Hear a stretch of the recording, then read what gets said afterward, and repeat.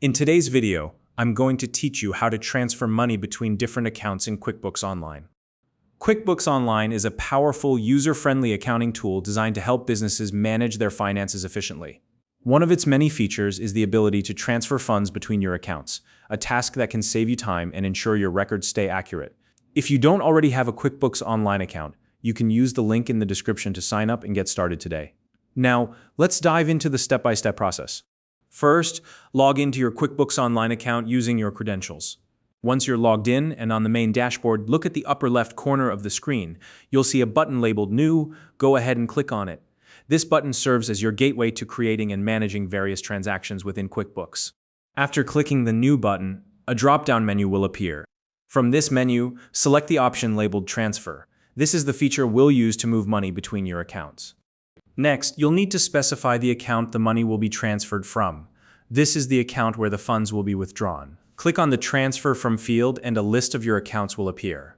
Select the appropriate account from this list. Once that's done, move on to the Transfer To field. Here, you'll choose the account where the money will be credited. Again, you'll see a list of your accounts. Simply select the correct destination account. Now it's time to enter the amount you'd like to transfer. In the Amount field, type in the exact dollar amount you wish to move. Be sure to double-check this for accuracy before proceeding. After entering the amount, you'll need to select the date for the transfer. This is the date when you want the transaction to be recorded. Click on the Date field, and a calendar will pop up. Choose the date that aligns with your transaction. If you'd like, you can also add additional details or notes about the transfer.